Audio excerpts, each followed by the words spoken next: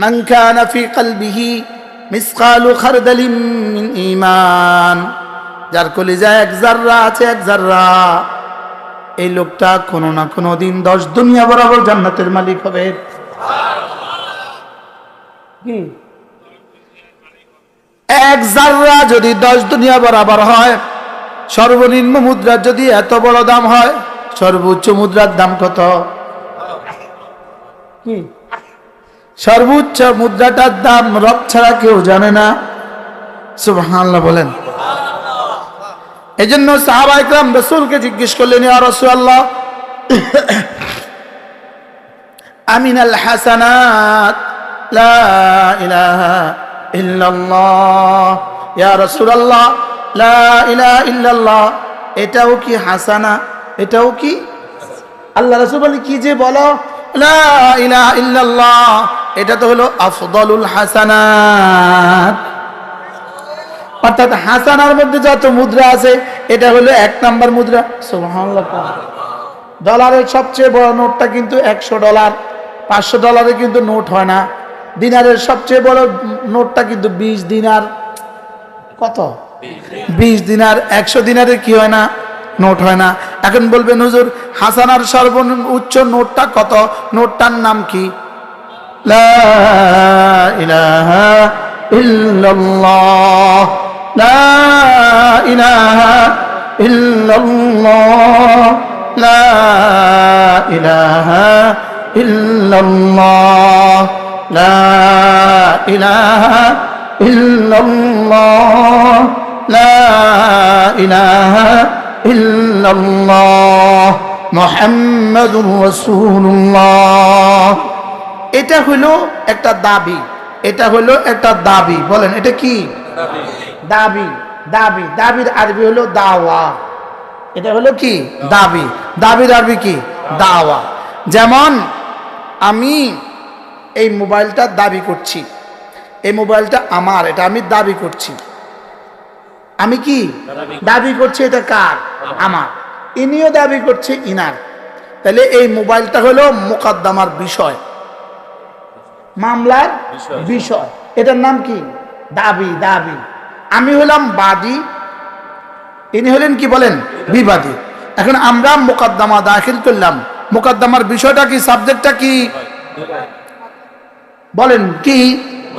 এবার আর শাহজিমের মালিক তিনি হলেন বাদী। সুবহানাল্লাহ বলেন। আর লা ইলাহা ইল্লাল্লাহ হলো দাবি। সুবহানাল্লাহ বলেন। সমস্ত কাফের হলো বিবাদী। ইহুদি হলো কি? বিবাদী। ইহুদি কি বলেন? বলেন দাবিকে, দাবি, দাবি, বাদীকে, দাবিটা কি? এটা হলো কি? দাবি। এবার বিবাদীকে, পৃথিবীর সমস্ত মুশরিক কি করে?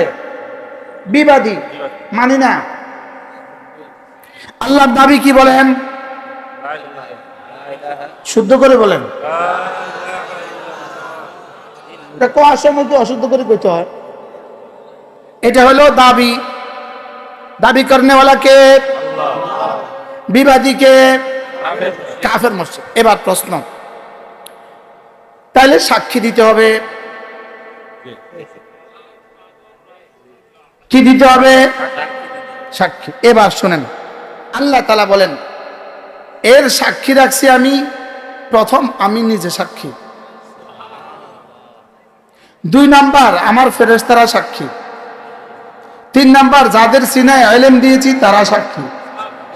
সুবহানাল্লাহ বলেন। যাদের সিনায় কি দিয়েছি? ইলম দিয়েছি, তারা কি? এবার বলেন তো দেখি, আজকে পৃথিবীতে এতাআতি যারা আছে তারা এই কথা বলে কিনা? লা ইলাহা ইল্লাল্লাহ বলে কিনা? বলেন কালিমা, নামাজ, ইলম ও জিকির, ইকরামুল মুসলিমিন, সহিহ নিয়াত, তাবলীগ। তাহলে কয়টা উসুল পেলাম? 1 নাম্বার কি? আবার বলেন কালিমা। আবার বলেন, সবাই বলেন। আচ্ছা, এবার কালিমা, কালেমার দাবি বাদীকে, বিবাদীকে? কাফের মুশরিক। বিবাদীকে? এবার কালেমার সাক্ষী কয়টা? কি কি? এখন আল্লাহ তো দেখা যায় না, ফেরেশতা তো দেখা যায় না, এবার সাক্ষী আর কে থাকলো? এই সাক্ষী মানি না।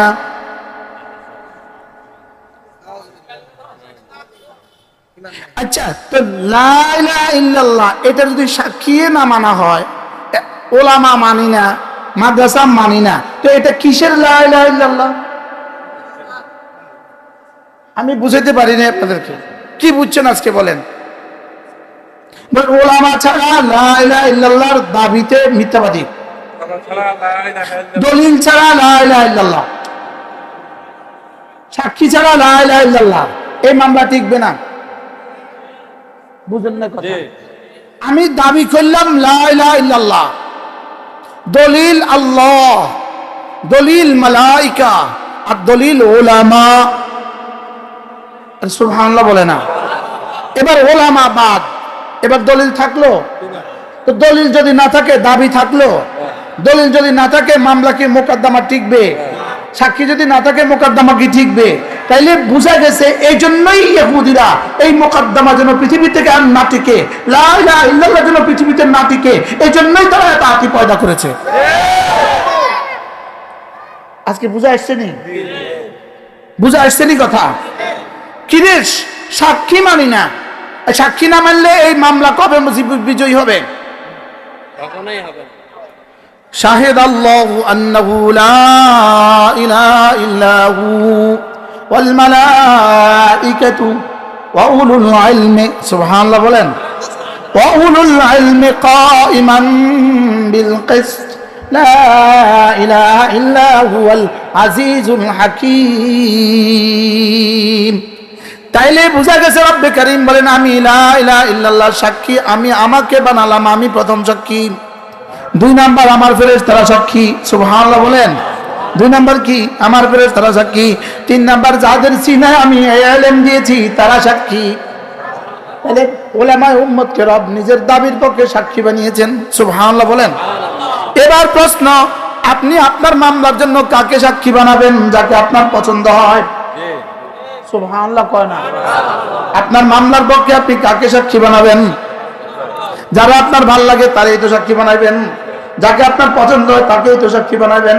এবার রব্বুল আলামিন জানো বলেন আমি যাদের সিনায় ইলম দিয়েছি এদেরকে আমি আমার মামলার মোকদ্দমার সাক্ষী বানিয়েছি। আর আমার পছন্দ তোমার পছন্দ ছাড়া তুমি সাক্ষী বানাও না, আমিও আমার পছন্দ ছাড়া সাক্ষী বানাই না। সুবহানাল্লাহ বলেন।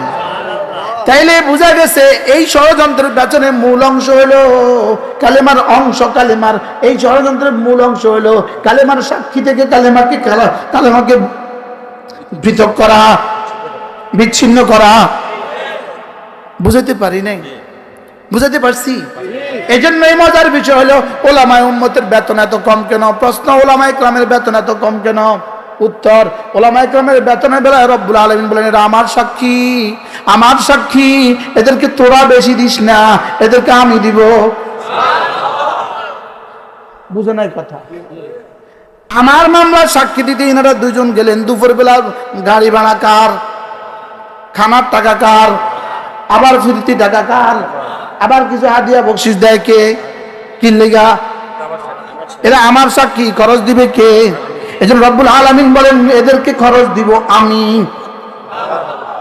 সুবহানাল্লাহ বলবেন না? আমি বললাম রব্বুল আলামিন খরচ যদি আপনি দেন তো আমাদেরকে এত কম দেন কেন? রব্বুল আলামিন বলেন দুনিয়াতে দিব কিছু কিছু, আখিরাতে দিব সবকিছু। কি বলছি বলেন? বুঝতেছেন হাজী সাহেব? কিতা বুঝলেন? আমরা দুনিয়াতে নিব কিছু কিছু, আখিরাতে নিব সবকিছু। সুবহানাল্লাহ বলেন না?